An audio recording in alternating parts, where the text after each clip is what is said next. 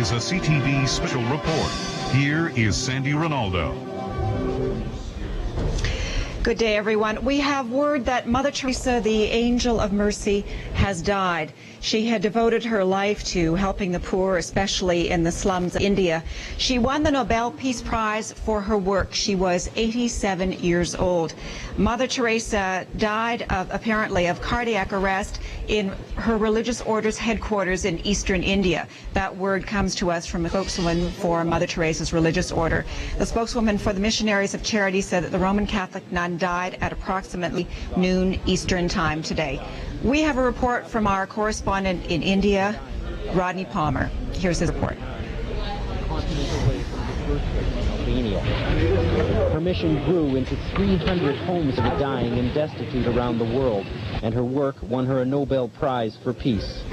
In the name of the hungry, of the naked, of the homeless, of the crippled, of the blind, of the lepers, of all those people who feel unwanted, unloved, uncared, in their name, I accept the award.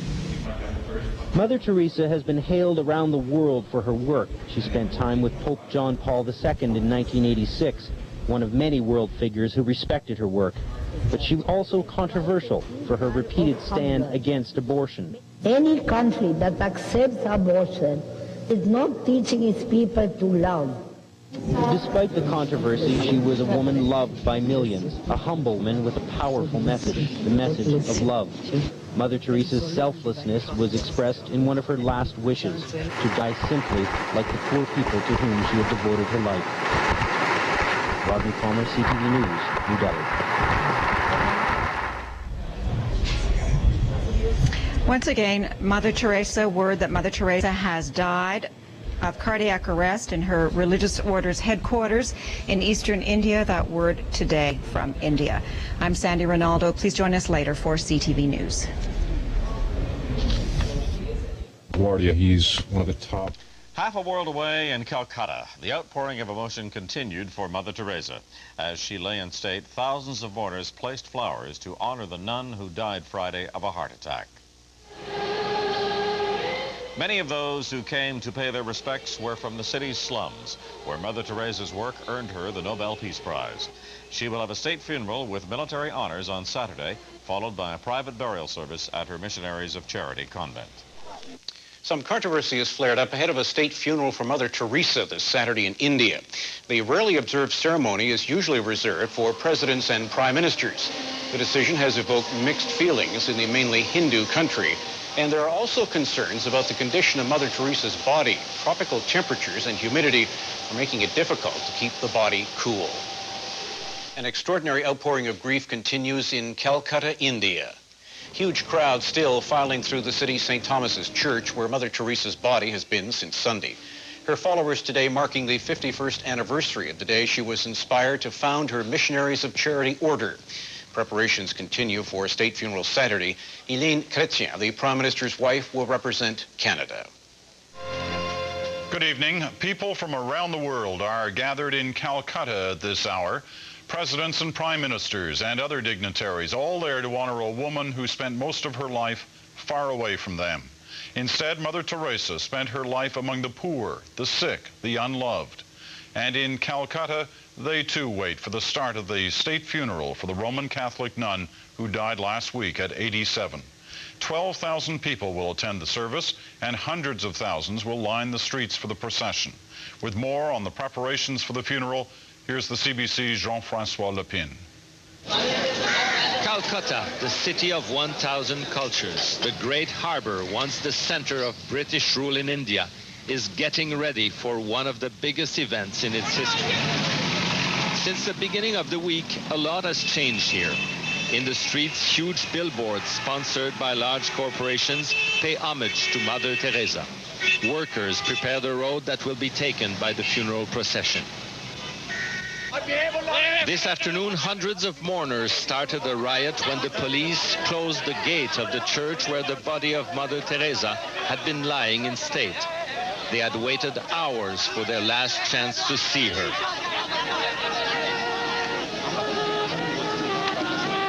In the stadium where the funeral will take place, there were rehearsals. The music will be a mix of local Bengali songs and more classical religious music. 13,000 people are expected to attend, most of the guests invited by the Indian government and Catholic churches. More than 1,000 officials and dignitaries are coming from abroad. Organizers say the funeral will reflect Mother Teresa's own love of music. She loved music. In fact, when we were preparing for this liturgy, one of the sisters said they'd begin a hymn which could be one of her favorites, and they'll sing 2 verses, and in her own way, she's got a deep voice. She'd start singing the 3rd, 4th, 5th, 6th verses. So she loved singing. She did. Many important people will attend the funeral, but the setup will be modest, just like she was herself. The stadium is decorated in blue and white, the 2 colors that became so much part of her image. Behind the altar, the State Secretary of Vatican will lead the ceremony, assisted by 9 bishops, among them the Archbishop of Calcutta. Unimaginable that such an amount of enthusiasm, respect, reverence shown to Mother Teresa. We did expect a lot of such participation, but we didn't expect this dimension to it. Friends of Mother Teresa say efforts have been made to give her the kind of funeral she would have wanted. But it appears that inside the stadium, those who had such prominence in her life, the poor and the disabled, may be sidelined in the service marking her death. Jean-François Lépine, CBC News, Calcutta.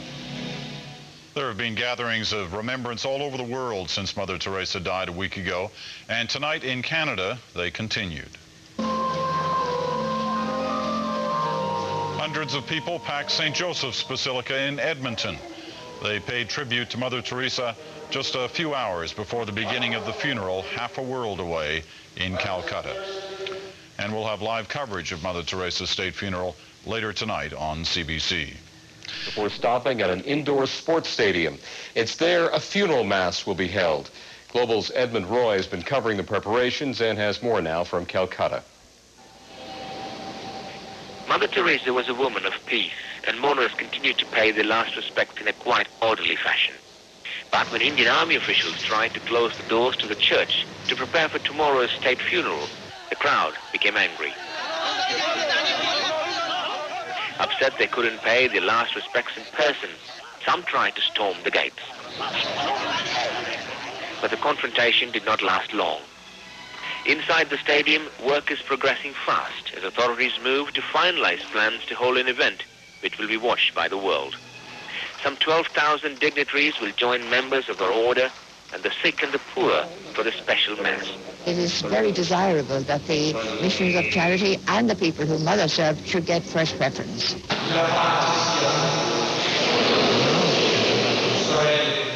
It will be led by Cardinal Angelo Sodano, the Vatican Secretary of State. The service will incorporate prayers from a variety of Indian religions. Over 1 million people are expected to line the 4-kilometer route to the burial site.